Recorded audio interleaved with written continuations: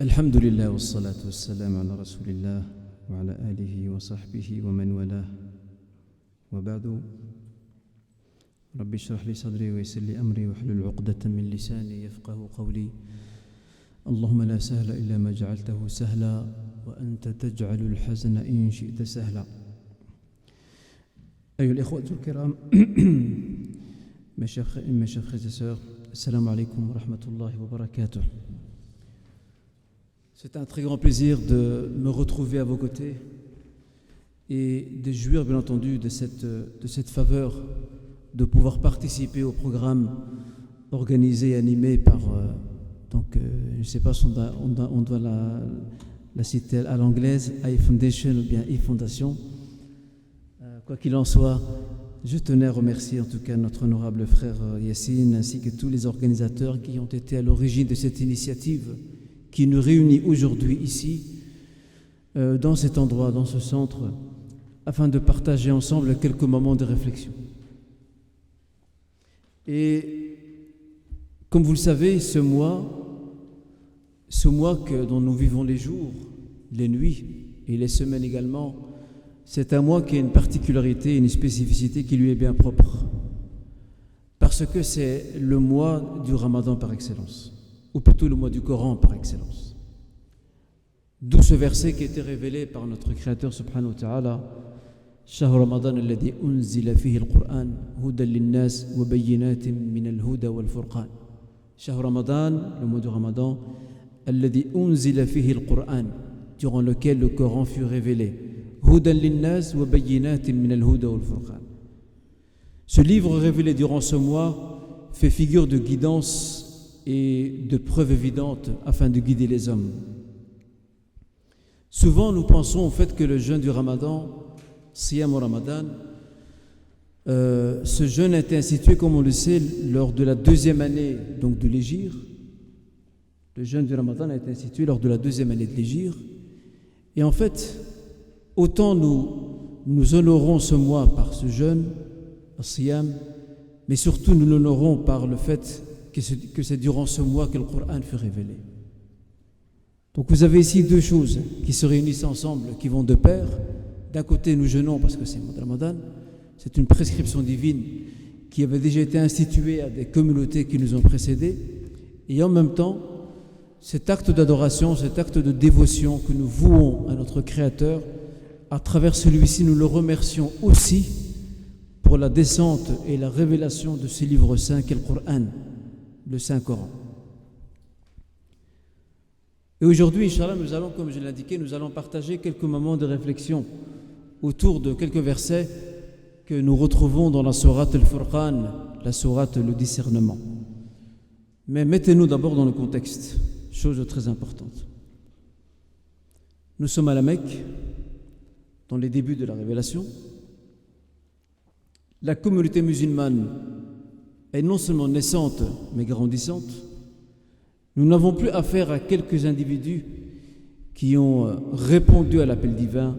Nous n'avons plus affaire qu'au prophète sallam, Abu Bakr, Khadija, Ali. Nous avons affaire à une communauté qui est en train de se constituer, de se former. Et cette communauté, Al-Ummah, qui est en train de se former, s'expose lentement à une série de persécutions, à une série de dénigrements, de campagnes de désinformation. Et donc, ces musulmans, qui sont tous, enfin pour la plupart Qurayshites, qui sont Mécois, en fait ce qui est frappant, c'est qu'ils se sentent étrangers. Ghuraba. Ils se sentent étrangers dans leur propre pays, dans leur propre ville, dans leur propre cité. Ils sont étrangers. Mais pourquoi sont-ils étrangers? Parce que leur adhésion à l'islam, alors qu'auparavant, jadis, ils partageaient, du moins pour la plupart d'entre eux, ils partageaient les usages, les habitudes, les coutumes, et peut-être même le culte aussi païen, donc de leurs semblables, de leurs compatriotes. Depuis leur adhésion à l'islam, ils se sentent tout à fait étrangers par rapport au reste de la ville, de la cité. Et c'est comme ça qu'on comprend d'ailleurs cette parole prophétique lorsque le prophète sallam nous apprend. Il dit: Bada al-islamu ghariban, bada al-islamu ghariba wa sayaudu ghariban kama bada tuba al-ghuraba. L'islam a commencé étranger Parce que les musulmans, les compagnons, les premiers musulmans, hommes et femmes, se sentaient étrangers chez eux, dans leur pays, alors qu'ils font partie du pays. Ils ont commencé étrangers, ou l'islam a commencé étranger. Et il redeviendra un temps étranger. Félicité à ceux qui feront partie du nombre des étrangers, de ceux qui s'accrocheront fidèlement et fermement à l'islam avec passion et surtout avec patience et courage. Pourquoi ? Parce que l'environnement qui les entoure est tout à fait hostile à leur adhésion à l'islam. Et pourquoi je parle de cela ? Parce que si nous ne comprenons pas ce climat ambiant, ce contexte dans lequel est né l'islam à la Mecque et qui ressemble à bien des égards à ce que nous vivons aujourd'hui encore, où quelque part le musulman, là où il se rend, il lui arrive souvent, malheureusement, de se sentir étranger, de se sentir observé, comme si on avait affaire à un extraterrestre. Le fait qu'il affiche une certaine religiosité, le fait qu'il veille absolument à adhérer à un certain code moral ou à une certaine moralité, fait de lui quelque part un étranger dans une société ou dans des sociétés où les valeurs morales tendent à se perdre, où les principes éthiques qui fondent une nation et une société épanouie et civilisée tendent aussi à s'estomper et à se décomposer. Il est clair que le musulman, à partir de cela, se sent quelque peu étranger. Gharib, il se sent vraiment étranger.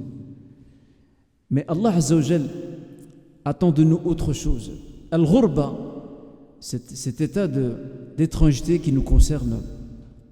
Al-Ghurba, cet état d'étrangeté qu'Allah Azza wa Jal nous a prédestiné quelque part et qui n'est pas bien sûr définitif. À travers ceci, nous sommes invités à une notion très importante.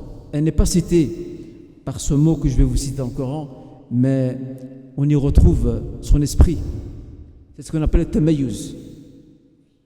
Le tamayyuz, c'est que la personnalité musulmane, al-shakhsiyatul muslima, la personnalité musulmane doit absolument se distinguer. Dans tous ses traits et dans tous ses aspects, elle doit se distinguer. Et d'ailleurs, l'adhésion à l'islam au début, lorsque je prends pour exemple la première délégation médinoise qui est venue donc lors du pèlerinage l'an 11 de la révélation El Bi'atha, lorsque cette délégation est arrivée et que le prophète sallallahu alayhi wa sallam réussit à mettre en place un pont de contact avec cette délégation venant de Médine, eh bien cette délégation, lorsque le prophète sallallahu alayhi wa sallam invite celle-ci à prêter serment maintenant qu'elle a adhéré avec conviction au message, maintenant qu'elle est convaincue de sa foi, le prophète sallallahu alayhi wa sallam demande à ses premiers musulmans de s'engager sur une série de valeurs morales. Avant tout sur l'unicité et le tawhid, que ces gens s'engagent à n'adorer qu'un seul Dieu, sans lui prêter le moindre associé. Deuxièmement, de ne pas voler. Troisièmement, de ne pas commettre d'adultère ou de fornication. Quatrièmement, de ne pas tuer ses enfants par peur de la pauvreté. Et cinquièmement, de ne pas produire d'infamie par sa main ou par son pied. Et sixièmement, d'obéir à ce messager dans le convenable. Donc si on analyse un peu les ingrédients de ce pacte ou les clauses de ce pacte, on remarquera ici que la plupart d'entre eux sont d'ordre moral. Parce qu'en plus du tawhid, l'unicité, en plus de cela, il est nécessaire pour la construction et la fondation de cette communauté, de cette umma, qu'elle puisse se distinguer très clairement, qu'elle se démarque, ce qu'on appelle aussi le mufassala. Moi je préférais le tamayyuz, parce que le mufassala ça fait un peu peur. Le mufassala c'est la rupture. Le tamayyuz c'est la distinction. Donc le tamayyuz c'est la distinction qui fera que les musulmans ont une personnalité qui leur est propre. Et à la Mecque il est demandé ça. Il faut que maintenant on sache clairement qui appartient à cette umma, dans ses valeurs, dans ses principes, dans sa moralité, et qui appartient à ce monde d'ignorance, d'obscurantisme, el-jahiliya. C'est demander ça. Et aujourd'hui encore, cette question se pose. Aujourd'hui encore, le musulman est invité à se distinguer. Quand je dis distinguer, c'est pas qu'il doit s'habiller d'une manière différente des autres. Non, pas nécessairement. Mais se distinguer par sa moralité, par ses valeurs, par ses principes, qui fonde sa personnalité. Et cette sourate ou ces versets que nous allons voir aujourd'hui ensemble sont là pour étayer cette thèse, sont là pour appuyer ce propos que je suis en train de défendre auprès de vous, si vous l'acceptez bien entendu. Alors, après cette petite introduction, je me permettrai de parler de la sourate. La sourate Al-Furqan, le discernement, elle porte bien son nom d'ailleurs. Le discernement, c'est une sourate mécoise dans sa majorité, dans la majorité de ses versets, à part les versets 68 jusqu'à 70 qui eux sont mécois. La majorité des versets, ou médinois pardon, la majorité des versets de la sourate Al-Furqan sont des versets descendus pendant la période mécoise. La sourate est composée de 77 versets. Arrêtons-nous un instant sur l'appellation de cette sourate, Al-Furqan.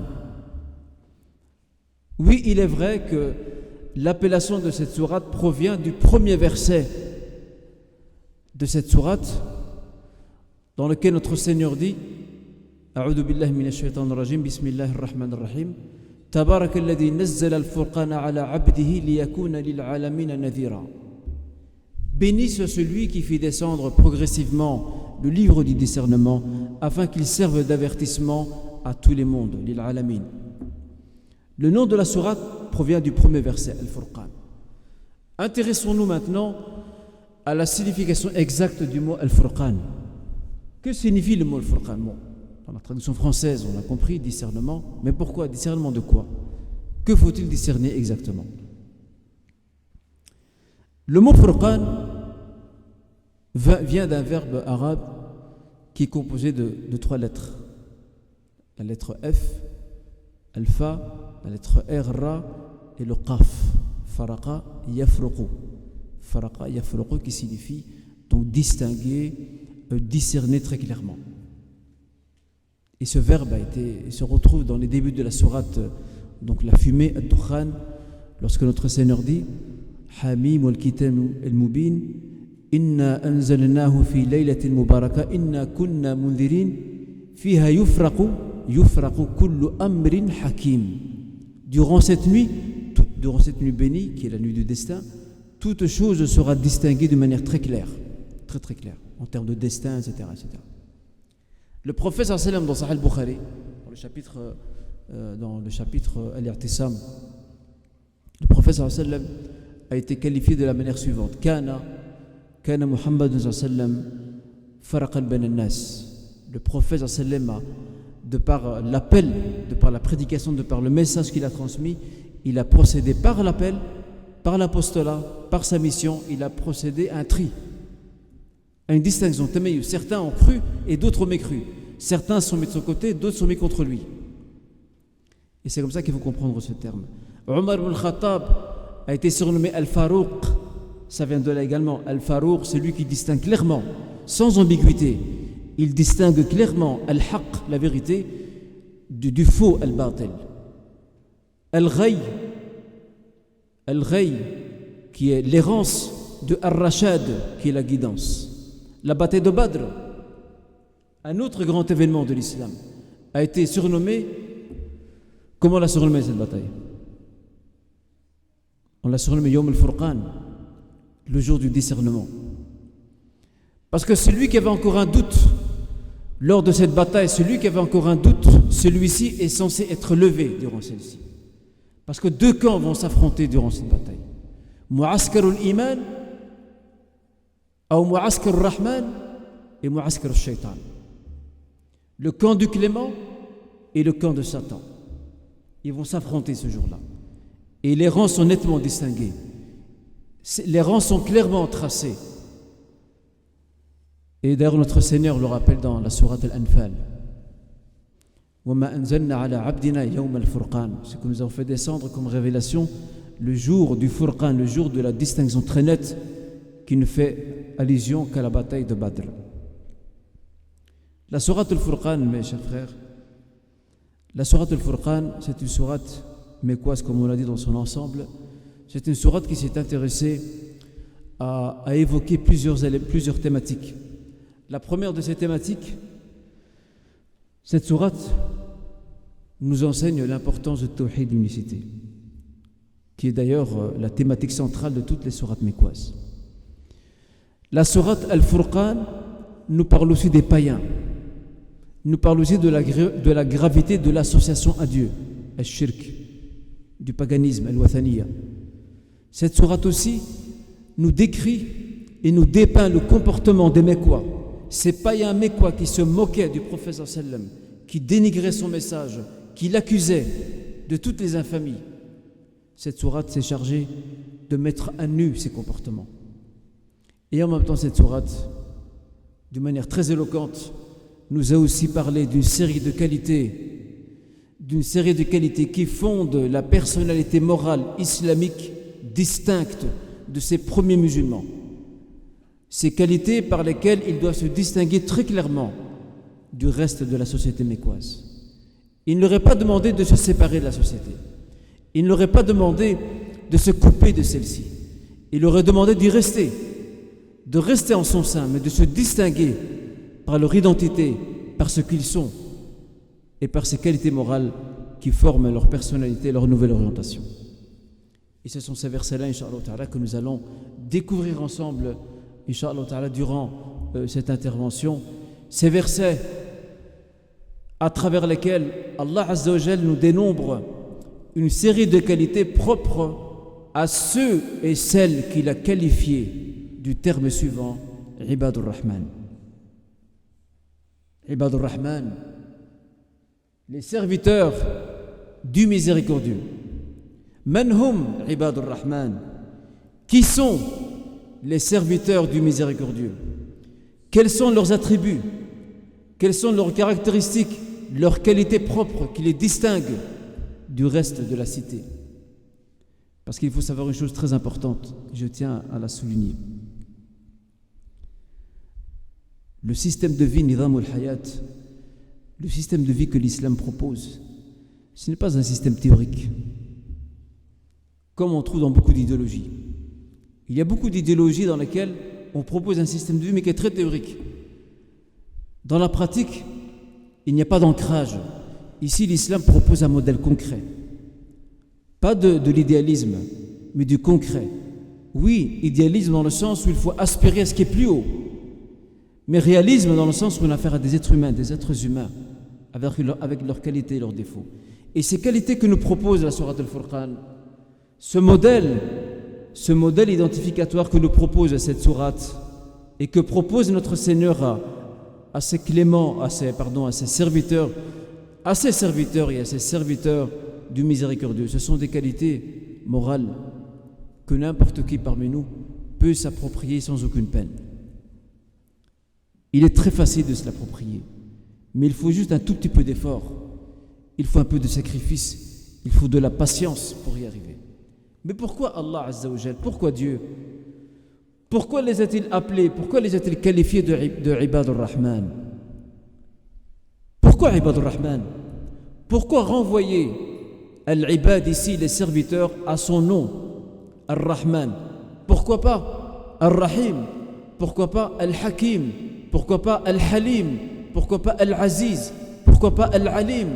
Et la liste est longue. Pourquoi le choix de Ar-Rahman? En fait, pour comprendre le choix que notre Seigneur a opté pour Ar-Rahman, pour affilier ses fidèles à son nom sublime, Ar-Rahman, il faut retourner à quelques versets avant, de la même sourate, sourate Al-Furqan. Le verset 60 de cette sourate. Notre Seigneur dit, il parle de cette invitation faite par le prophète sallam à ses païens. Et lorsqu'il leur fut demandé de se prosterner pour Ar-Rahman, le miséricordieux, قالوا وما الرحمن أنسجد لما تأمرنا وزادهم نفورا. Qu'est-ce que le miséricordieux? Tu nous demandes à nous de nous prosterner pour le miséricordieux, mais qui est le miséricordieux? وما الرحمن, qui est-il? Nous on ne le connaît pas en tout cas.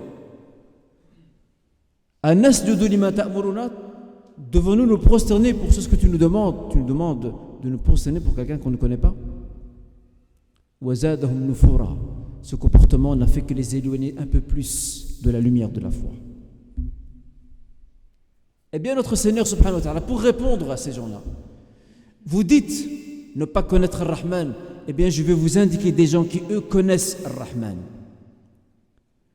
Vous dites ne pas percevoir qui est Ar-Rahman, je vais vous indiquer qui a perçu par la foi, par la clairvoyance, Al-Iman ou Al-Basira, par la foi et la clairvoyance, ils savent qui est Ar-Rahman. Ce sont Ibad Ar-Rahman. Ce sont les serviteurs du miséricordieux. Et quel honneur pour ces hommes et ces femmes d'avoir été affiliés à ce nom sublime qui est Ar-Rahman. Et d'ailleurs, Ibad Ar-Rahman, Abdur Rahman fait partie des prénoms préférés par Dieu.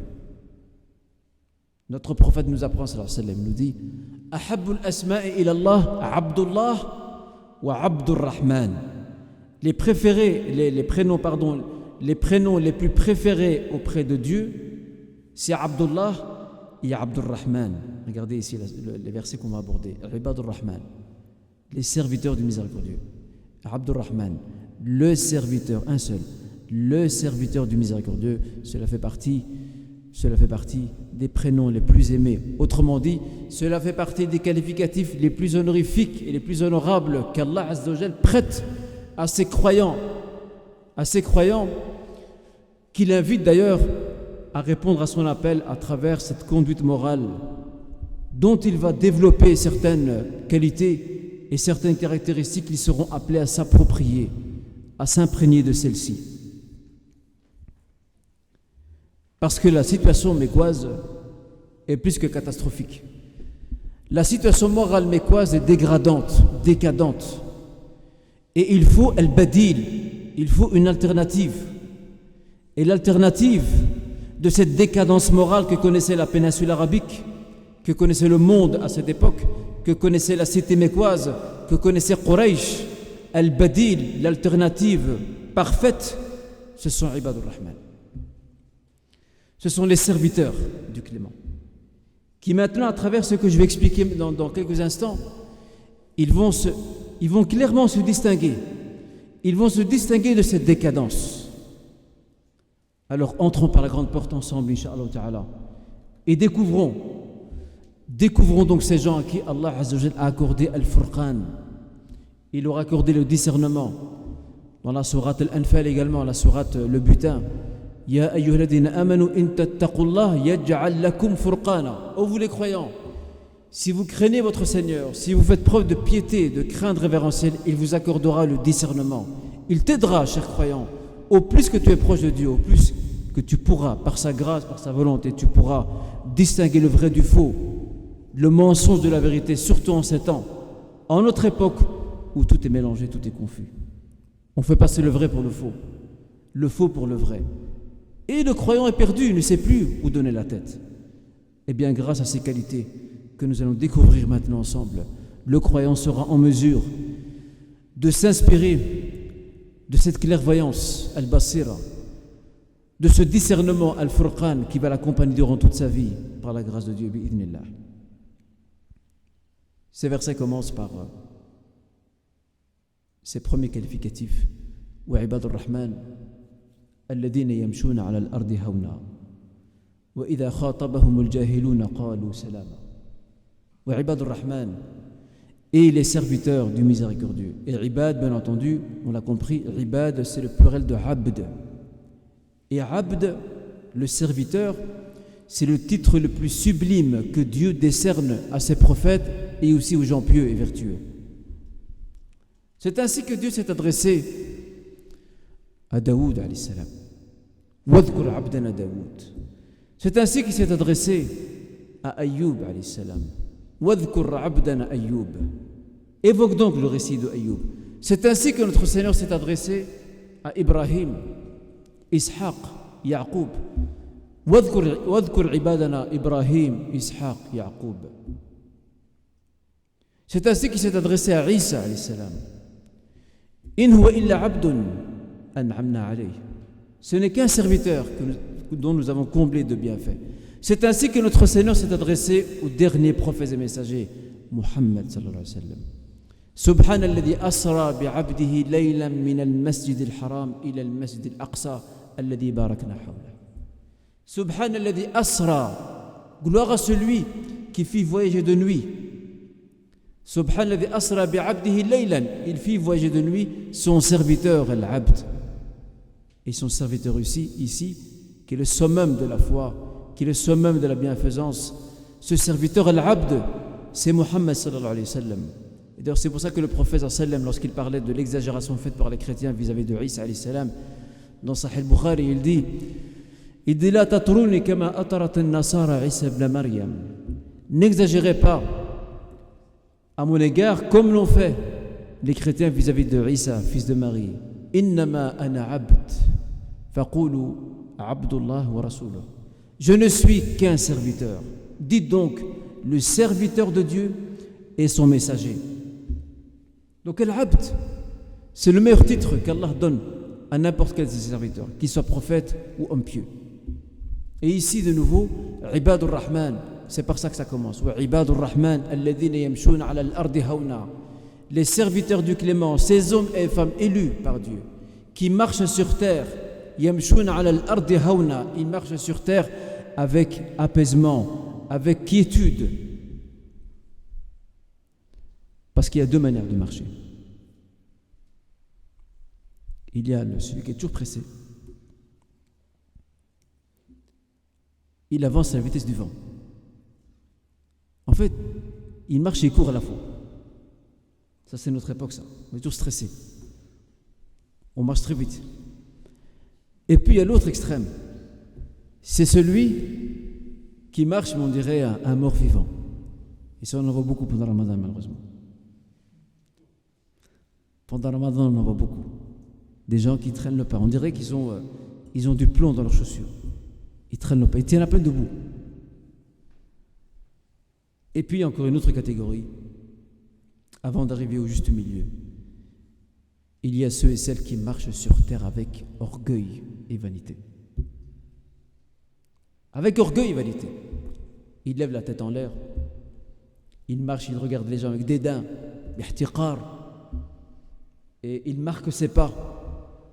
Une manière de dire je suis quelqu'un. Et d'ailleurs le prophète nous parle de ces gens-là. Le prophète nous parle de cet homme. Baynama rajulun yamshi alayhi hullatun tu'jibuhu nafsuhu murajjalun ra'suhu mukhtalun fi mishyatihi idh khasafa Allah bihi al-ard fahuwa yatajaljalu fiha ila yawm al-qiyamah. Le prophète nous parle de cet homme dans un temps passé qui marchait avec orgueil et vanité, avec fierté, avec dédain. Il est fier de la tenue vestimentaire qu'il porte, de la manière dont il a peigné ses cheveux. Il marche avec orgueil. Et en fait, il n'a pas pu terminer sa marche. Parce qu'Allah Azza wa Jalla n'accepte pas les gens orgueilleux et vaniteux. Allah Azza wa Jalla l'a englouti dans la terre. Et il ne cesse de s'enfoncer dans ses profondeurs. C'est comme ça. Luqman, cet homme sage qui n'est pas prophète, Luqman a prodigué un conseil à son fils. Il lui dit Wala tamshi fil ardi maraha. Ne marche pas sur terre.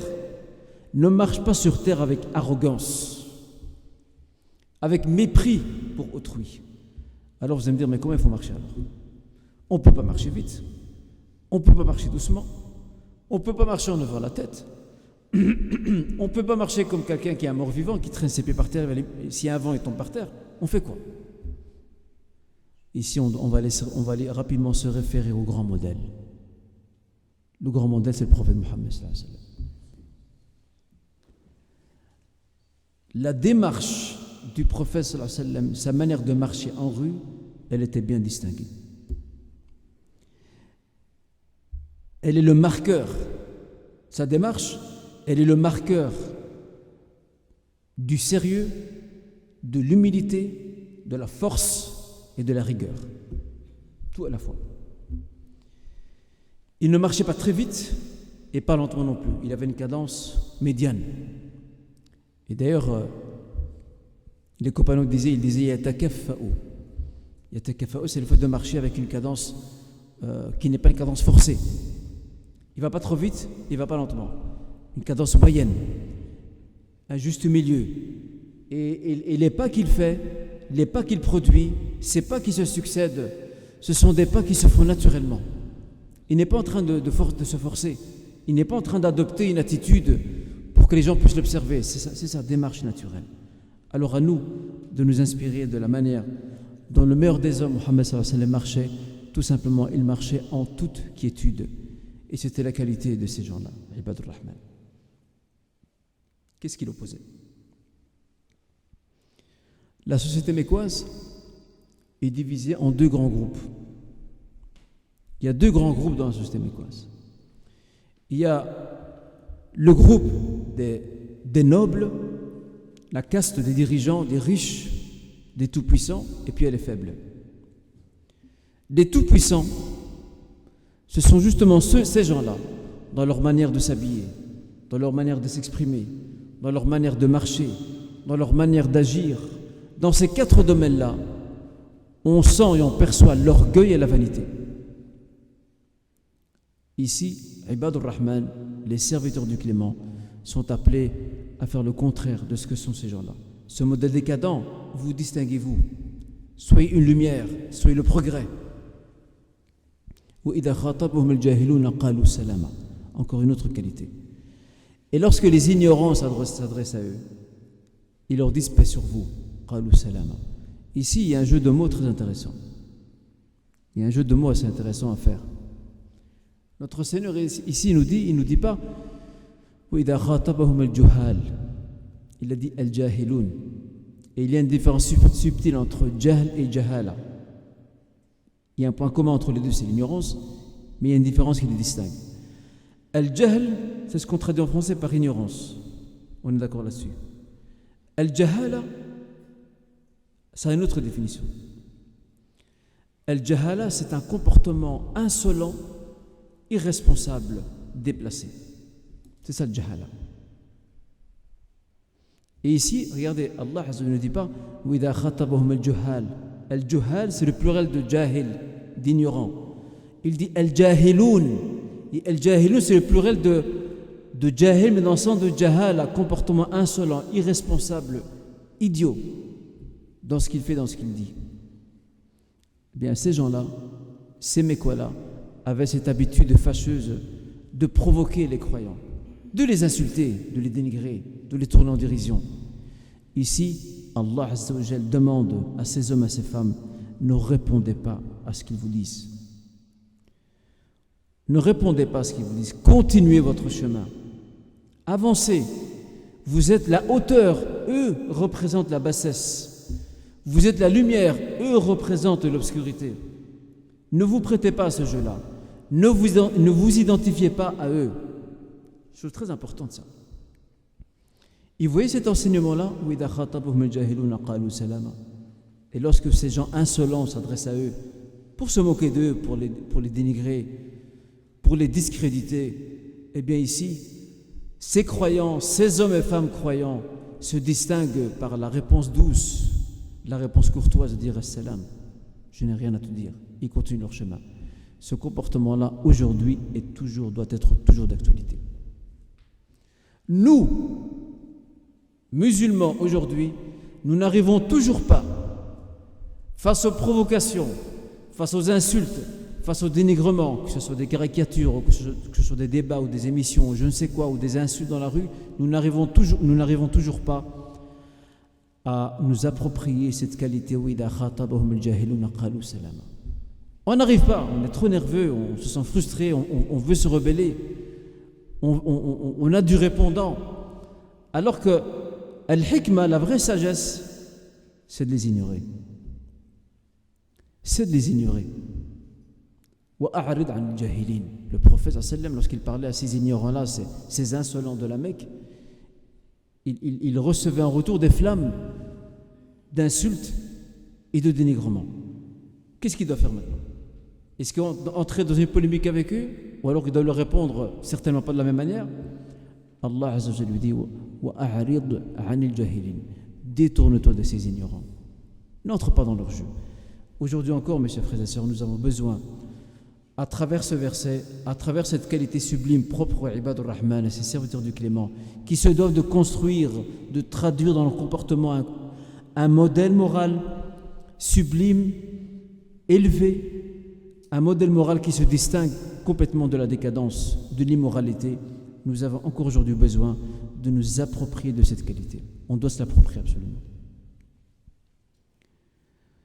وَإِذَا خَاطَبَهُمُ الْجَاهِلُونَ قَالُوا سَلَامًا. On a compris ça. وَالَّذِينَ يَبِيتُونَ لِرَبِّهِمْ سُجَّدًا وَقِيَامًا. Ces serviteurs du Clément, en journée, ils ont un comportement très clair. Ils ne répondent jamais à la provocation pour la provocation. Et la nuit, ils ont encore une autre attitude. في الليل في جناح الليل, au milieu de la nuit, في ظلم الليل, dans l'obscurité de la nuit, ces hommes et ces femmes, ces serviteurs du Clément, ont un autre rendez-vous. En journée, ils ont un rendez-vous avec le commun des mortels. La nuit, ils ont un rendez-vous avec leur Seigneur. Ils ont un autre programme. Ils rechargent les batteries pour les lendemains. وَالَّذِينَ يَبِيتُونَ لِرَبِّهِمْ سُجَّدًا وَقِيَامًا. Ceux qui passent leur nuit dans la prière, debout et prosternés.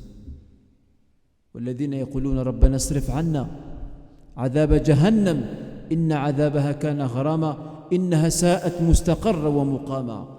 Ces hommes-là et ces femmes-là, la nuit, dans leur prière nocturne, demandent à leur Seigneur en toute humilité, alors qu'ils sont élus par Dieu.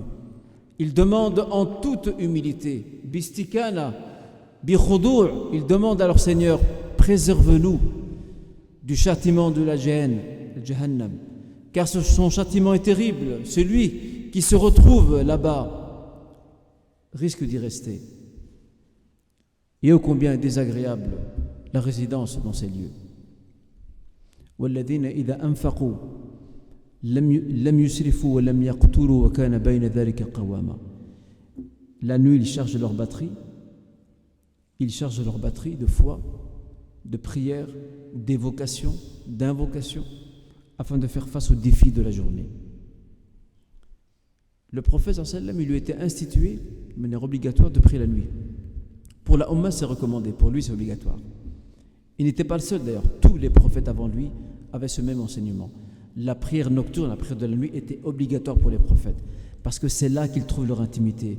C'est là qu'ils conversent avec le Seigneur. C'est là qu'ils puisent leur force pour pouvoir affronter les défis du lendemain. C'est comme un véhicule qui doit partir sur une grande route. Et sur cette grande route, il y a plein de défis sur le chemin. Mais grâce à cette suffisance de carburant, il est garanti, Inch'Allah, que cette personne arrive à bon port. Idem ici. Alors la question, alors que nous sommes durant ce mois de Ramadan, profitons-nous de ces nuits de prière, que ce soit dans Tarawih ou même chez soi, par la lecture du Coran, Qira'atul Qur'an, par Dhikr, l'évocation de Dieu, par Dua, l'invocation. Profitons-nous de ces moments pour recharger nos batteries, pour nous préparer à un lendemain dont on ne sait pas ce qu'il nous réservera comme surprise. C'est la vraie question. Et la recharge des batteries, c'est à ça que sont invités ces serviteurs du Clément. La nuit où tout le monde dort, la nuit où tout le monde se repose, c'est pour ça que Dieu insiste sur, il dit Sujjadan wa qiyama. Sujjadan, ils sont prosternés, wa qiyama, ils sont debout. Parce que les gens dorment, ils sont allongés. Mais eux, ils sont prosternés et ils sont aussi debout. Pendant que les gens dorment, eux, ils prient. Ils se renforcent. Ils recherchent cette intimité avec le divin. Et ça, c'est une qualité très importante. Et d'ailleurs, le croyant a besoin de cette provision spirituelle. Zad al-Ruhi. Il a besoin de ça pour pouvoir se renforcer. Parce que les défis de la vie sont nombreux. Et on a besoin de tout cela. وَالَّذِينَ إِذَا أَنفَقُوا لَمْ يُسْرِفُوا وَلَمْ يَقْتُرُوا وَكَانَ بَيْنَ ذَلِكَ قَوَامًا. Et ceux qui, c'est une autre qualité à ces serviteurs du Clément, lorsqu'ils dépensent de leurs biens, ils ne sont pas dépensiers à outrance et ne sont pas non plus avares. وَكَانَ بَيْنَ ذَلِكَ قَوَامًا. Ils se situent dans un juste milieu. Venons voir ce qui se passe à la Mecque. Parce que ces versets sont mecquois. On doit mettre tout en phase. On doit lier à une certaine histoire, un certain contexte historique. On va venir voir ce qui se passe à la Mecque. Les Mécois, du moins les riches parmi eux, le gaspillage à outrance, c'était l'une de leurs caractéristiques. C'est vrai qu'ils étaient généreux. Ils étaient très généreux. Mais quelquefois, leur générosité dépassait les limites tolérables. Ils avaient un immense mépris pour les pauvres et pour les plus faibles. Qui peut parmi vous me rappeler un verset que vous connaissez certainement tous? Qui peut me rappeler ce verset qui fait allusion à ce mépris qu'avaient les païens, qu'avaient les Mécois, qu'avaient les Qurayshites pour les plus pauvres, pour les plus faibles? Qui sait me citer ce verset? Hussein? Personne? C'est une sourate que vous connaissez tous. Eh ouais, qui a dit ça? Répétez le verset. Voilà. Wala yahuddu ala ta'am al-miskin. Et il n'encourage pas, il n'incite pas à dépenser des aliments, à offrir de la nourriture aux plus faibles. C'était leur caractéristique. C'était le gaspillage, l'israf. C'était l'une de leurs caractéristiques. Or, les croyants ici sont invités, les serviteurs du Clément, Ibadur Rahman, et nous espérons en faire partie. Ibadur Rahman, les serviteurs du Miséricordieux, sont invités à faire preuve de modération dans l'utilisation des richesses qu'ils ont. Pourquoi? Al-mal malullah. Les biens appartiennent à Dieu, ne nous appartiennent pas. Ça, c'est qaïda amma, c'est un principe général. Les biens ne nous appartiennent pas. Les biens appartiennent à Dieu. Nahnu mustakhlafuna fiha. Dieu nous les a remis en dépôt. On les utilise. Il peut nous les retirer quand il veut. Nous, on fait juste qu'utiliser, pas plus. Et suite à notre utilisation, on verra est-ce qu'on est dépensier à outrance ou alors est-ce qu'on est avare. Et d'ailleurs, Abu Sufyan, que vous connaissez, qui était l'un des grands notables, un homme riche aussi. Abu Sufyan, qui se convertira avec la prise de la Mecque, Fath Makkah. Abu Sufyan, un jour son épouse Hind, qui elle aussi adhère à l'islam, Hind est venue voir le prophète sallallahu alayhi wa sallam un jour. Elle est venue lui dire que son mari est avare. Il ne donne pas. Il ne donne pas d'argent. Et elle en a besoin pour elle et pour son enfant. Alors que faire? Elle doit s'occuper de son enfant, mais Abu Sufyan ne donne pas assez d'argent. Alors c'est quelqu'un de riche, c'est quelqu'un de riche. Donc vous voyez, les deux extrêmes se retrouvent dans la cité mécoise. C'est quelqu'un de riche, mais il ne donne pas. Et c'est là que le prophète sallam enseigne à Hind. Il lui dit Khudhi ma yakfiki wa waladak. Prends ce qui te suffit pour toi et pour ton enfant, pas plus. Donc ici, cette qualité-là, elle a pour objectif d'enseigner aux croyants à estimer à sa juste valeur tous les bienfaits, an-ni'am, tous les bienfaits accordés par Dieu. Pourquoi? Parce que le gaspillage, c'est une manière de faire preuve d'ingratitude. Innal mubadhirin kanu ikhwan ash-shayatin. Les dépensés à outrance sont les frères de Satan. Parce que justement, les shayatin n'ont qu'un seul objectif, c'est de pousser les hommes à faire preuve d'ingratitude, al-juhud, à faire preuve entre guillemets, de mécréance envers les bienfaits accordés par Dieu, kufran al-ni'am. Et l'autre extrême, l'avarice, c'est d'empêcher les biens de circuler au sein de la cité. Et les biens d'ailleurs, al-amwal, les biens circulent de différentes manières, il faudra les retenir. La première manière par laquelle les biens circulent, le commerce, al-bay' wa al-shira. La deuxième manière par laquelle les biens circulent, al-tabarru' wa al-hiba wa al-sadaqa, c'est le fait de faire don, de donner, la sadaqa ou la zakat ou autre. Et la troisième manière par l'entremise de laquelle al-amwal, les biens circulent dans la société, c'est ce qu'on appelle donc on a parlé du premier, qui me rappelle le premier? Le commerce, bi'ashira. Deuxième, le sadaqa. Troisième, al-qard, le fait de prêter, les prêts, prêter l'argent à autrui. aider son prochain à pouvoir faire son projet. Et certains savants rajoutent une quatrième catégorie. Ils appellent ça al-infaq, al-wajib, la dépense obligatoire. Celui qui dépense pour sa famille, pour ses parents, pour ses enfants. Ces 4 canaux, ou c'est par ces 4 canaux que les biens circulent dans la société. Et c'est pour ça que l'islam, dès le début, l'islam s'est positionné d'une manière très sévère envers ce qu'on appelle le monopole. Le monopole, c'est que quelqu'un qui garde des biens, il les garde de côté, il ne les met pas sur le marché, il attend que ces marchandises ne soient plus sur le marché, puis il les sort. Comme ça, il peut imposer le prix qu'il veut, les gens en ont besoin. Le prophète, il dit celui qui garde en monopole certains biens, qu'il ne les laisse pas circuler librement, il tombe dans le péché. Voyez-vous? Regardez quelle philosophie. Donc ici, dans ce verset, Allah Azza wa Jal enseigne aux musulmans une philosophie de l'avoir. Falsafatul mal, une philosophie de l'avoir. Et rappelez-vous ce que je vous ai dit. Il est question ici de proposer une alternative. Le système est quoi? C'est un système qui repose sur l'usure, riba. Il repose sur l'usure, riba. Des foyers ont été détruits dans la société mécoise, dans la société arabe, à cause de l'usure. Et ici, à travers ce verset-ci, Allah Azza wa Jal veut de ses croyants qu'ils proposent une alternative financière. Une alternative qui se distingue, un tamayyuz, rappelez-vous ce terme, on l'a cité au début de l'intervention, qui se distingue très clairement de ces transactions, qui dilapident les biens, qui spolient les plus pauvres, qui privent les gens qui sont dans le besoin. والذين لا يدعون مع الله إلها آخر ولا يقتلون النفس التي حرم الله إلا بالحق ولا يزنون ومن يفعل ذلك يلقى أثاما. Encore une autre qualité de ces serviteurs du Clément. والذين لا يدعون مع الله إلها آخر.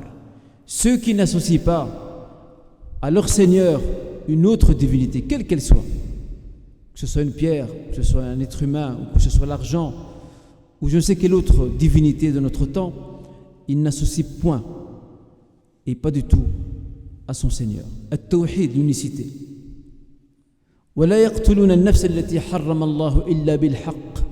Et ils ne tuent pas, ou ils n'attendent pas à la vie, à une vie innocente que Dieu a déclarée sacrée, si ce n'est par son droit. وَلَا يَزْنُونَ. Et ne commettent pas la fornication. Et d'ailleurs, Aïcha radiyallahu anha nous relate les modes de rapports conjugaux qu'il y avait avant l'islam. Ils étaient de plusieurs types. Il y avait le mariage que l'on connaît aujourd'hui. Un prétendant vient voir la jeune fille, il rencontre son tuteur, celui-ci a été gardé par l'islam. Il y en a un autre où il y a plusieurs hommes qui viennent voir une même femme. Et lorsqu'elle tombe enceinte, elle invite tous les hommes chez elle. Tous ceux qui ont eu un rapport avec elle, elle les invite. Et elle choisit, au pif, au hasard. Elle dit, voilà, cet enfant, un tel, ce sera le tien. Ce sera ton enfant. Regardez quelle dégradation. Regardez quelle atteinte violente à la dignité humaine. Regardez à quoi l'être humain a été réduit.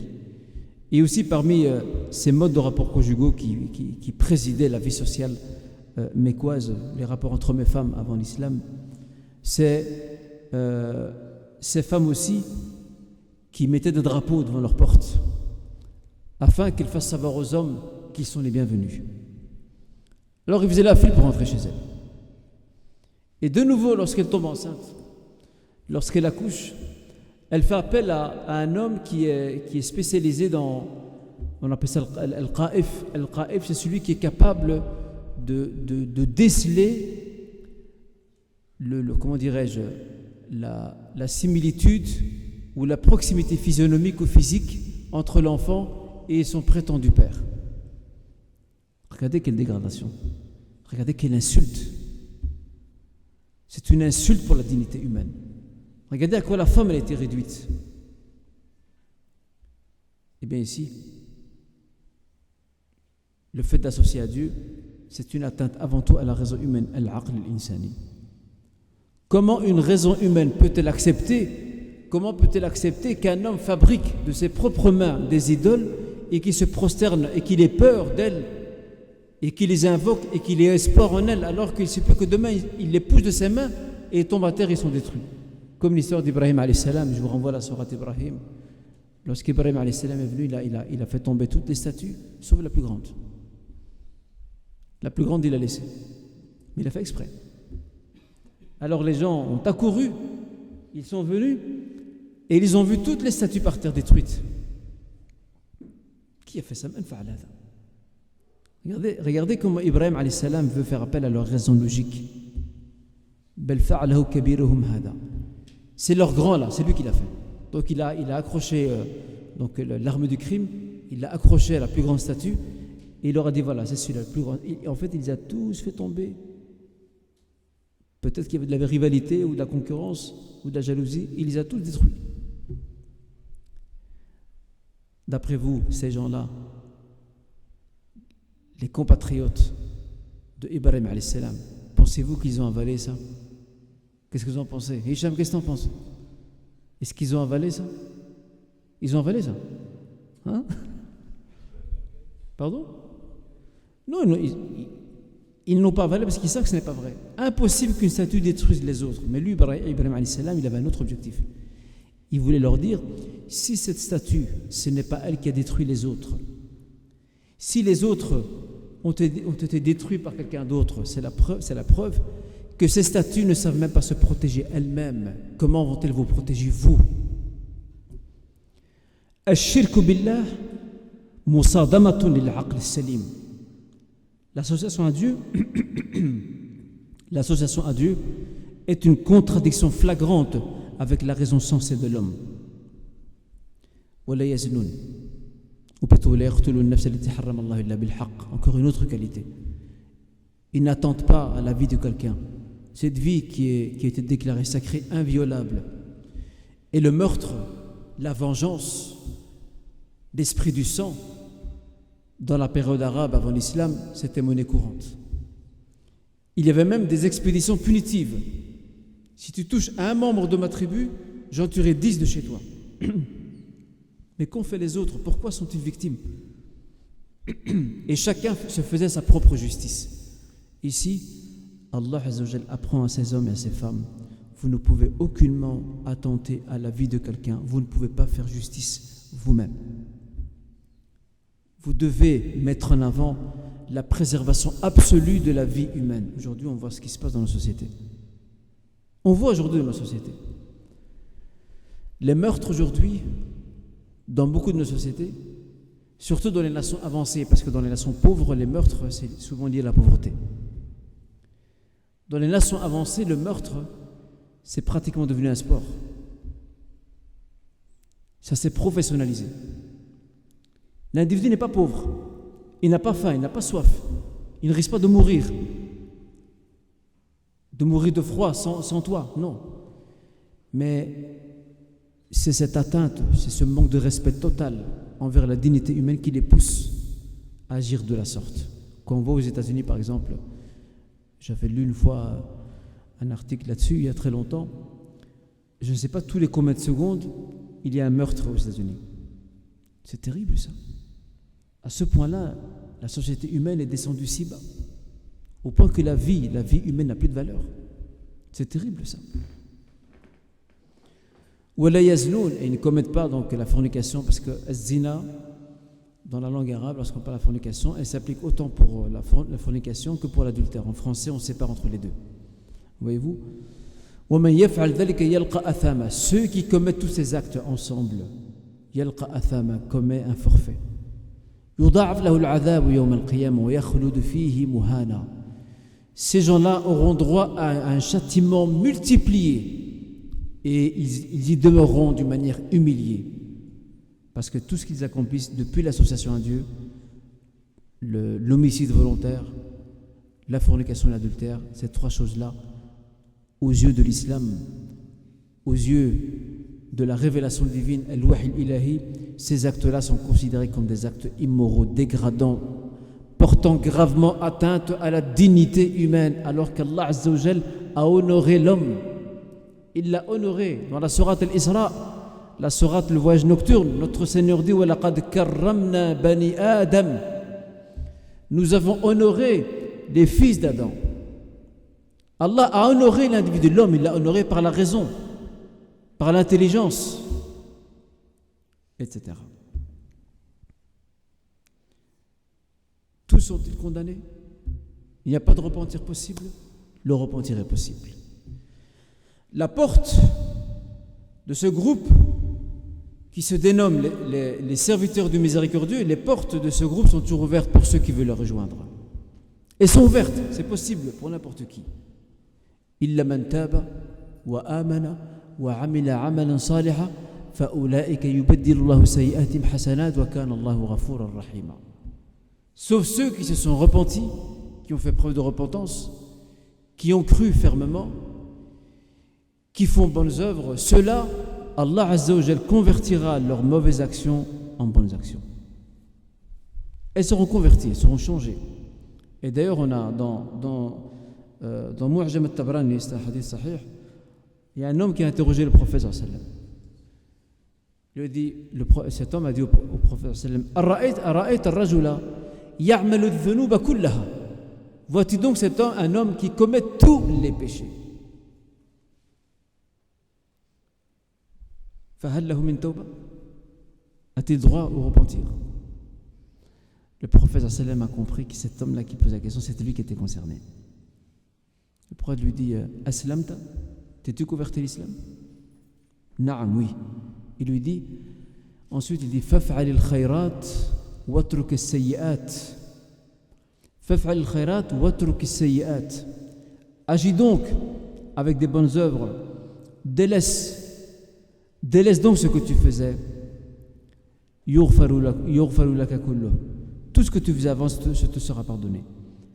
Et l'homme étonné, il dit Waghadarati wa fajarati, mes actes de trahison que je faisais dans la jahiliya, je trahissais des gens, mes perversités, tout cela, le prophète lui dit Na'am. Fama zala ar-rajulu yukabbiru hatta tawara. L'homme n'a cessé de dire Allahu Akbar, tellement qu'il était heureux, content de cette nouvelle. Tout est effacé à partir du moment où il y a un repentir sincère, à partir du moment où on convertit nos actions en bonnes actions, où on se corrige, on s'améliore. À ce moment-là, tout est effacé. Et c'est là que cet homme n'a cessé de faire le takbir au point qu'il a, en s'en allant, il a disparu de la vue de ceux auprès desquels il était. Une chose très importante dans l'éducation, la tarbiya, dans l'éducation coranique, la tarbiya al-Qur'aniyya que nous apprend ce verset, c'est que Allah Azza wa Jal invite le croyant, invite celui, ou plutôt invite le repentant, à substituer à cette turpitude, à ces péchés, à cette immoralité qui a habité sa vie, substitue à tout ça la piété, les bonnes œuvres. Ne laisse pas un vide, parce que si tu laisses un vide, le mal risque de revenir par lui-même. Et ça, c'est une éducation, ça. Ça, c'est une tarbiya, c'est une éducation. Et c'est l'un des traits propres à la pédagogie coranique. Pas de vide. Il y a des gens, quand ils arrêtent un vice,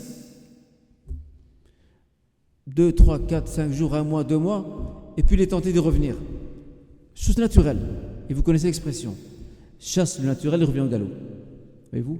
Mais à partir du moment où ce croyant s'est débarrassé de ce vice, mais l'a remplacé par autre chose à laquelle il s'accroche, une chose qui plaît à Dieu, une chose qui renforce sa foi, une chose qui l'élève dans sa piété et sa moralité, il y a de fortes chances que ce vice ne reviendra jamais. Parce qu'il l'a remplacé. Il n'a pas laissé de vide. Le récipient n'est pas vide, il a été rempli directement. Et ensuite notre Seigneur dit وَمَنْ تَابَ وَعَمِلَ صَالِحًا فَإِنَّهُ يَتُوبُ إِلَى اللَّهِ مَتَابًا. Quant à ceux qui font acte de repentance, qui agissent et qui corrigent at-tashih, qui corrigent leurs actions, tashih al-amal, qui corrigent leurs actions, ceux-là certainement auront droit à un repentir sincère. Ça ici, c'est au niveau de certains actes immoraux qui étaient en vogue dans la société mécoise et que ces musulmans, ces croyants sont appelés à se distinguer. Al-Sharaf, l'honneur. Al-Tohr, la pureté. Al-Afaf, la chasteté, sont toutes des valeurs qui doivent s'installer dans la vie de ces ibad ar-Rahman. Et leurs contraires sont tous présents dans la société mécoise. Tous. Et rappelez-vous ce qu'on a dit, ils doivent se distinguer, se séparer. Ils doivent proposer une alternative.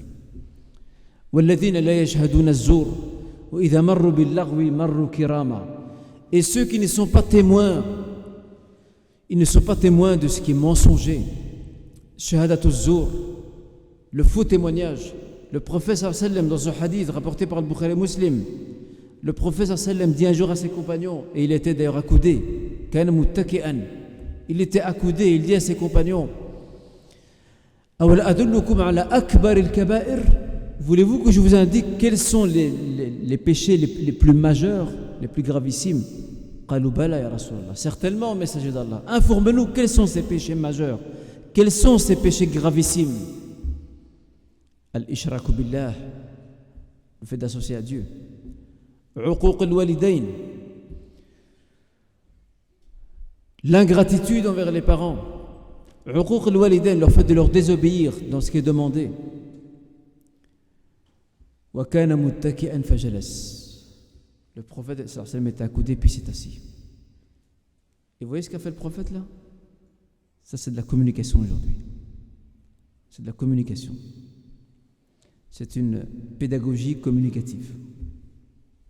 Regardez, il était accoudé et puis il s'est bien assis. Et les compagnons, lorsqu'il s'est bien assis, ils ont compris qu'il allait leur passer un message très important. Ce qui a précédé était important, mais ça, c'est encore plus. Pourquoi? Parce qu'il dira ensuite Ala wa qawlu zour, ala wa shahadatu zour, fama zala yukarriruha hatta qulna laytahu sakat. Le faux témoignage, le propos mensonger, et le prophète, comme le dit le compagnon Abu Bakr, le prophète ne cessa de répéter ces mots-là en étant assis face à nous, au point que nous sommes mis à dire si seulement ils se taisaient. Ils ont compris que c'était grave, très très grave. Mais aujourd'hui, le faux témoignage, ça c'est quelque chose, c'est comme Bismillah aujourd'hui. Parce que tu es mon ami, je vais témoigner en ta faveur. Tu es en tort, mais Inch'Allah, Allah yahdi. Je témoigne en sa faveur en espérant qu'après Dieu leur met sur le droit chemin. Et je vais vous citer un autre type de faux témoignage, ça risque de vous surprendre. Je pense que beaucoup d'entre vous, vous n'y avez pas pensé. Mais avant de vous citer ce faux témoignage, je voudrais d'abord vous poser une question.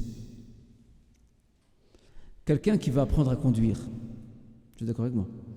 Quelqu'un va apprendre à conduire, il va dans une auto-école, il s'inscrit, il paye, il a un moniteur. Ce moniteur donc, est là pour lui apprendre. Et qu'est-ce qu'il apprend aussi, cet élève? Il apprend quoi? À part le fait de bouger un volant et des vitesses.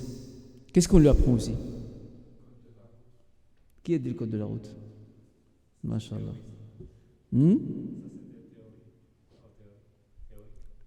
Oui, en théorie, mais c'est aussi pratique aussi. Voilà. Le code de la route. Lorsque vient l'examen, répondez-moi très franchement, mes chers frères.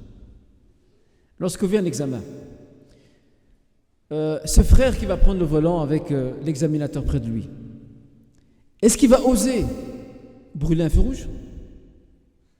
Il va oser faire ça? Dites-moi. Deuxième question. Est-ce qu'il va oser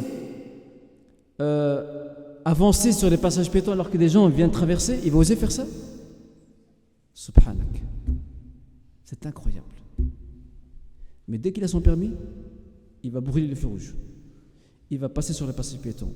Et il ne va jamais s'excuser. Oui, ça arrive que par distraction, quelqu'un passe sur le passage piéton et ne fait pas attention. Ça arrive. Ça arrive que quelqu'un brûle un feu rouge. Ça arrive.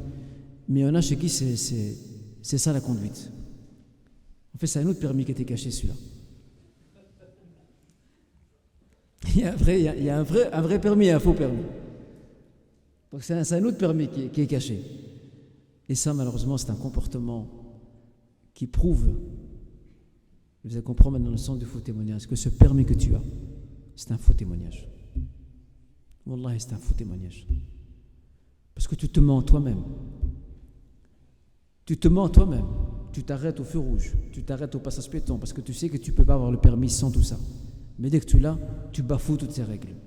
Au-delà du danger que tu représentes pour les gens, pour la vie des gens, au-delà de ça, c'est un faux témoignage, ça. Parce que le permis, normalement, quand on te donne un permis, grâce au permis, on prouve et on démontre que tu es enfin apte à prendre un véhicule et à conduire.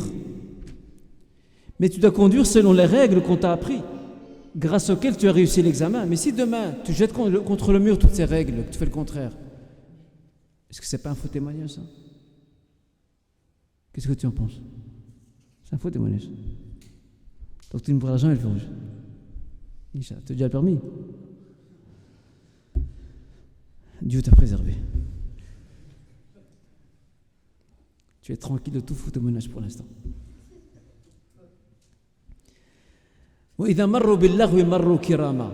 L'honnêteté, l'intégrité morale et religieuse est demandée aux croyants, est demandée à ces serviteurs du Clément. Aujourd'hui, certains, qu'est-ce qu'ils disent?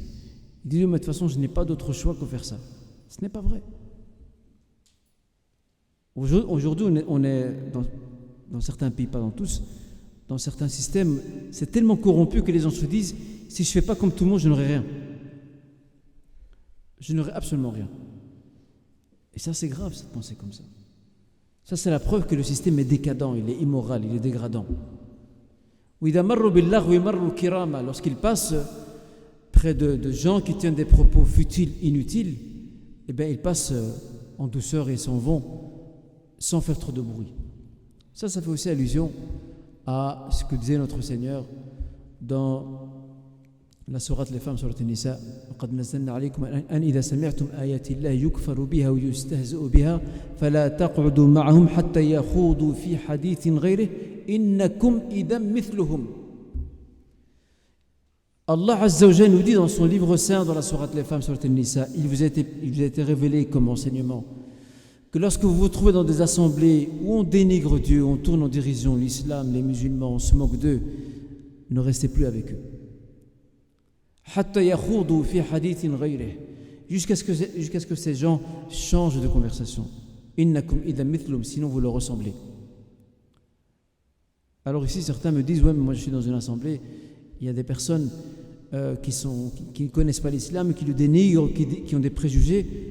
Cela veut-il dire que je dois les quitter? Non. Si tu peux leur donner une autre image, si tu peux corriger les fausses conceptions qu'ils ont, c'est un devoir. Mais ici, ce verset dans la sourate An-Nisa ne parle pas de ces gens-là. Ce verset parle des gens qui restent avec complaisance. Ça ne les dérange pas. On insulte Dieu, on insulte son prophète, on insulte les musulmans, il est là, il rigole, il est tranquille. Il n'y a pas de problème. Ça, c'est un souci. Et donc ici aussi, il y a une démarcation très claire à faire. Ces serviteurs du Clément, nous aussi qui cherchons à nous identifier à eux, nous ne pouvons en aucun cas rester dans ce genre d'assemblée, sauf si le but est de corriger les conceptions erronées chez ces gens-là, quels qu'ils soient musulmans ou non.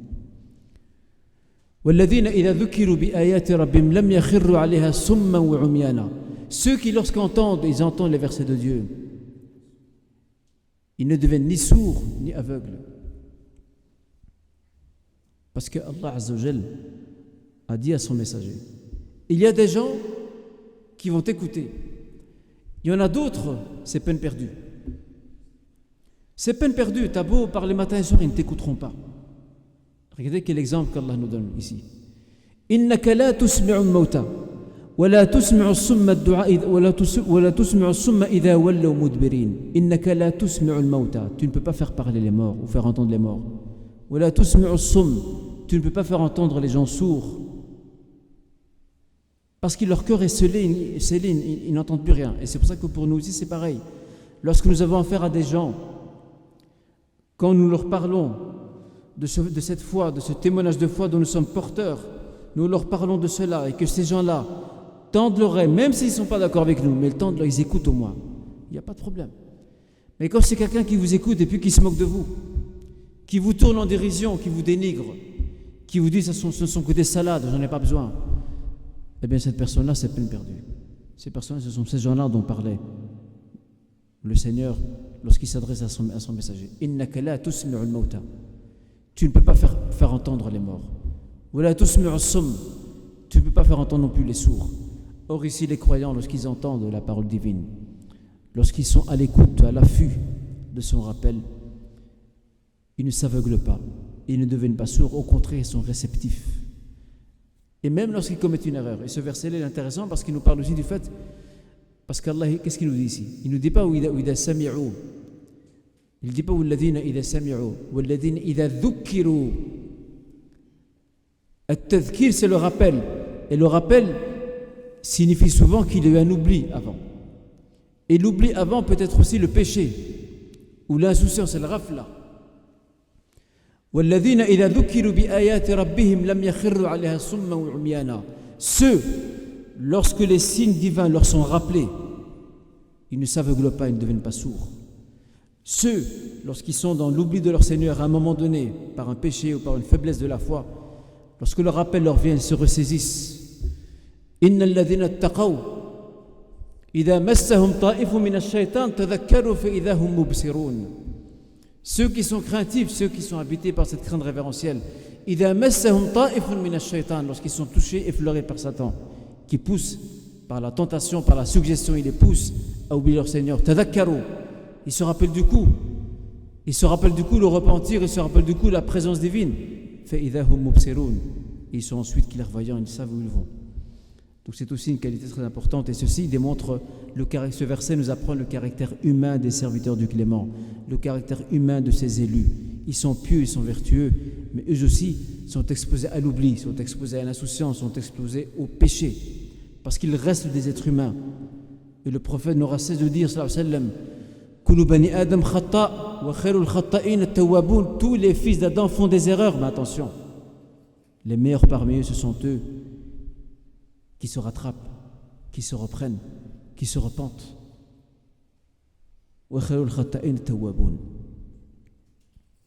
Et ensuite notre Seigneur dit وَالَّذِينَ يَقُولُونَ رَبَّنَا هَبْ لَنَا مِنْ أَزْوَاجِنَا وَذُرِّيَّتِنَا قُرَّةَ أَعْيُنٍ وَاجْعَلْنَا لِلْمُتَّقِينَ إِمَامًا. Ces gens-là sont des modèles. Ces hommes et ces femmes sont des modèles en termes de piété, de moralité, de vertu, au sein d'une société dégradante et décadente. Mais ces hommes et ces femmes savent qu'un jour ils mourront. Et il est important que ce modèle identificatoire, al-Qudwa, ce modèle identificatoire se reproduise. Et pour garantir la pérennité, la continuité à ce modèle, ces hommes et ces femmes invoquent leur Seigneur, lui demandant que leurs épouses, leurs époux, leurs enfants soient à leur image. Soit à leurs images, pour que ça se perpétue, pour qu'il y ait un transfert de génération en génération de ces valeurs. Et c'est pour ça que l'islam insiste énormément sur l'éducation, at-tarbiya, l'éducation des enfants. D'ailleurs, c'est la pierre angulaire sur laquelle repose tout le système pédagogique éducatif de l'islam. L'éducation des enfants, parce que c'est la formation des générations de demain. L'éducation des enfants, c'est pas seulement leur apprendre à bien s'habiller, à dire salam alaykum salam. C'est une série de valeurs morales qu'on leur inculque, parce qu'on les dote d'un bagage. Demain, ces parents, lorsqu'ils seront morts, ces enfants continueront le chemin. Ces enfants demain seront les hommes et les femmes de la société de demain. Avec quelle valeur, avec quelle moralité, avec quel principe, avec quelle piété, avec quelle vertu vont-ils intégrer cette nouvelle société? L'école, la maison, c'est la première école dans laquelle se forme. C'est l'usine dans laquelle on produit les hommes et les femmes de demain. Donc c'est pour ça ici que ces hommes et ces femmes, ces serviteurs du Clément, demandent à leur Seigneur qu'ils puissent avoir des épouses, des conjoints, des enfants, qui soient la fraîcheur ou la prunelle de leurs yeux. Autrement dit, qu'ils soient à leur image. وَاجْعَلْنَا لِلْمُتَّقِينَ إِمَامًا. Ô notre Seigneur, fais de nous des modèles. Pour qui? Pour les gens craintifs qui viendront après.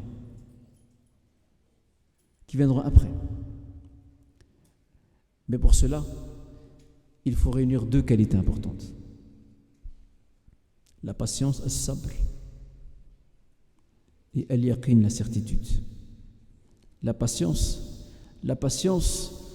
dans le respect et la fidélité de ces enseignements que tu traduis au quotidien, malgré le dénigrement des gens, malgré les tentations, malgré la faiblesse, malgré tous les défauts et tous les obstacles qui peuvent se présenter sur ton chemin. Tu fais un effort sur toi-même pour te maintenir sur cette voie et tu as al-yaqin, la certitude. Al-yaqin, la certitude, c'est que tu es certain de cette voie, et plus que cela, tu es certain, incha'Allah, que al-aqibatu lil-muttaqin. La réussite, la prédominance appartiendra aux gens pieux, aux gens vertueux, à ceux et celles qui craignent d'une manière révérentielle leur Seigneur. Ibn Taymiyyah disait très bien, disait bis-sabri wal-yaqin tunalu al-imamatu fi ad-din. Il dit le leadership dans la religion, être un leader dans le din, c'est par ces deux qualités-là. As-sabr, la patience, parce que tu supportes beaucoup de choses dans ta pratique religieuse, dans tes rapports avec les gens. Et al-yaqin, cette certitude que la dernière parole que Dieu prodiguera et que Dieu accordera, elle sera accordée à ses ibadur rahman. Et ensuite, Allah Azza wa Jal conclut sa sourate, conclut ce dernier verset. Il a commencé au début par les invocations que faisaient ces serviteurs du Clément qui demandaient protection à Dieu contre l'enfer, contre le châtiment. Ensuite, il leur annonce la bonne nouvelle.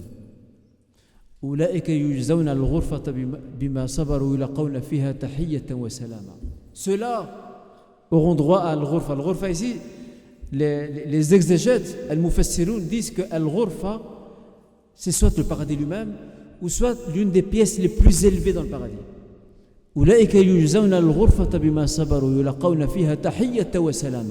Ils auront droit au plus haut degré, à la plus haute pièce. C'est un peu la chambre, je ne sais combien, dans tel hôtel de luxe. Mais au paradis, c'est encore meilleur. Et ils seront reçus avec les salutations et les honneurs. Pourquoi? Parce que ce bas monde, il est court. Ce bas monde nécessite patience, persévérance. Et c'est de cette manière-là qu'Allah Azza wa Jal, dans cette sourate, dans la description de ces serviteurs du Clément, il essaie de les motiver. Parce que le chemin est très difficile. Être dans sa foi, être pieux, vivre son islam, vivre sa religiosité, c'est une chose très difficile, surtout en ces temps. Et quand on voit ces derniers versets, ils auront droit à tous les honneurs, à toutes les salutations.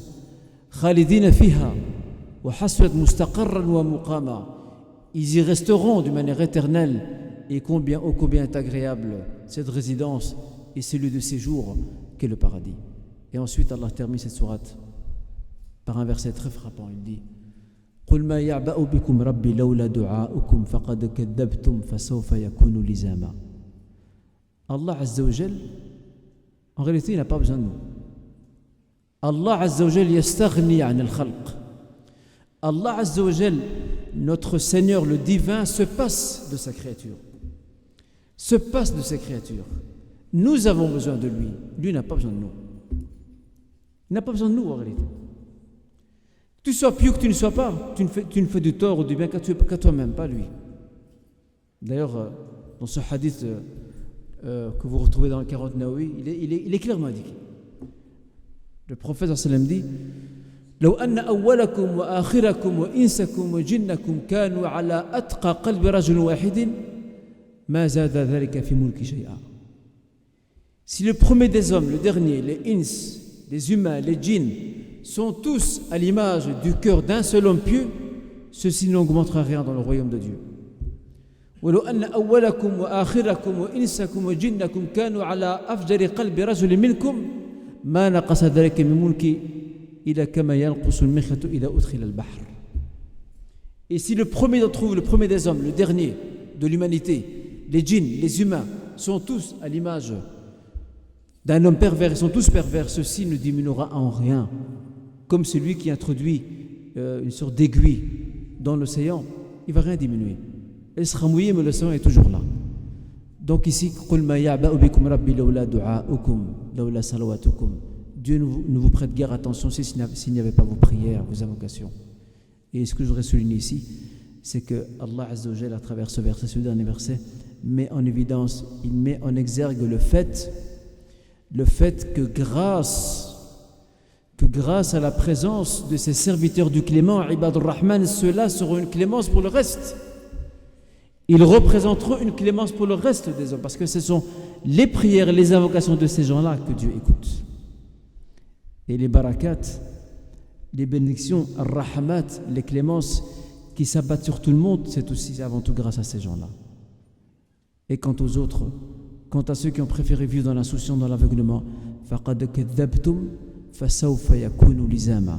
Vous avez choisi librement, malgré la présence de ces témoins de la foi, malgré leur présence, vous avez choisi librement de démentir le message. Fasawfa yakunu lizama. Vous devrez en assumer les conséquences. Et ainsi donc, je terminerai mon propos par cette conclusion très importante. C'est que nous devons relire le Coran. Nous devons relire le Coran. Nous devons relire le Coran. Nous devons redécouvrir le Coran. Nous devons méditer ce livre. Allah Azza wa Jalla compare celui qui refuse de méditer à une personne dont le cœur est scellé par un cadenas. Afala yatadabbaruna al-Qur'an. Afala yatadabbaruna al-Qur'an am ala qulubin aqfaluha. Qu'ont-ils à ne pas méditer le livre, ou alors leurs cœurs sont-ils scellés par des cadenas? Ça, c'est la grande question. Alors nous sommes invités, mes chers frères et sœurs, à méditer ces versets et ces sourates que nous lisons, et pourquoi pas revenir vers ces versets traitant des qualités et des caractéristiques et des attributs des serviteurs du Clément, en espérant que nous, Inch'Allah Ta'ala, que nous fassions partie de ces serviteurs du Clément. Parce qu'aujourd'hui, et une fois de plus aujourd'hui, nous avons besoin de reproduire ce modèle. Nous avons besoin de reproduire ce modèle alternatif sur tous les plans. Et je termine par une histoire qui s'est produite aux États-Unis. Il y a à Washington un professeur qui donnait cours d'islamologie. Et dans l'amphithéâtre, il y a les élèves, il y a des musulmans et des non-musulmans. Et les musulmans qui l'écoutaient étaient surpris de la manière dont ce professeur expliquait et commentait la sourate le temps al-Asr. Ils avaient l'impression qu'ils avaient affaire à un savant musulman devant eux. Ils étaient impressionnés. Alors après cela, ils sont venus le voir dans son bureau en lui posant la question suivante, en le remerciant pour cet excellent exposé, et la question la plus pertinente, la plus dérangeante: vous serez-vous converti à l'islam? On a l'impression qu'on a affaire à un savant musulman. Il parle avec passion. Vous êtes-vous converti à l'islam? La réponse, elle est terrible. La réponse, croyez-moi mes chers frères et sœurs, la réponse nous remet toutes et tous en question, nous, aujourd'hui. Vous savez ce qu'il a dit? Il dit, cela fait plus de 20 ans. C'est quelqu'un qui c'est un Américain. Il est arabophone parce qu'il a appris l'arabe. Ça fait plus de 20 ans qu'il étudie l'islam. Il dit, ça fait plus de 20 ans que j'étudie l'islam. Et j'ai découvert un trésor.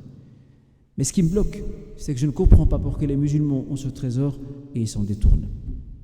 Je ne comprends pas. Vous avez un trésor chez vous et vous vous en détournez. Vous vous en éloignez. Et c'est ça qui me bloque. C'est ce qui m'empêche d'avancer. Alors là, on comprend l'invocation qu'Allah Azza wa Jalla a enseignée à son prophète. Et c'est par ça que je termine. وَلَا تَجْعَلْنَا فِتْنَةً لِلَّذِينَ كَفَرُوا. Oh mon Seigneur, ne fais pas de nous musulmans, par nos mauvais comportements, par notre infidélité à nos propres enseignements, ne fais pas de nous une épreuve pour ceux qui ont mécru. Wa barakallahu fikum, en tout cas mes chers frères et sœurs, jazakumullahu khairan, subhanakallahu bihamdik, ashhadu an la ilaha illa anta, astaghfiruka wa atubu ilayk, wa sallallahu alayhi wa sallam ala nabiyyina Muhammad wa ala alihi wa sahbihi ajma'in, wa akhiru da'wana anil hamdulillahi rabbil alamin, wa barakallahu fina fikum, assalamu alaykum wa rahmatullahi wa barakatuh.